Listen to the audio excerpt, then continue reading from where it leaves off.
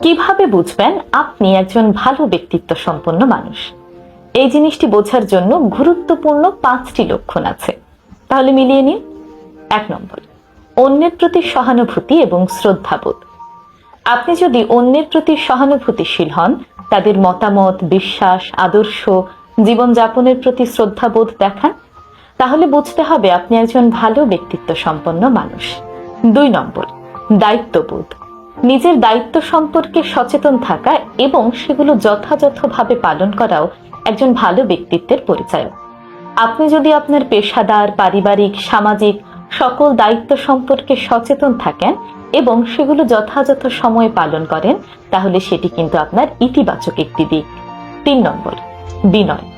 আপনি যদি বিনয়ী হন, আপনার সাফল্য বা অর্জন নিয়ে অহংকার না করেন, সেটিও কিন্তু আপনার একটি ইতিবাচক দিক।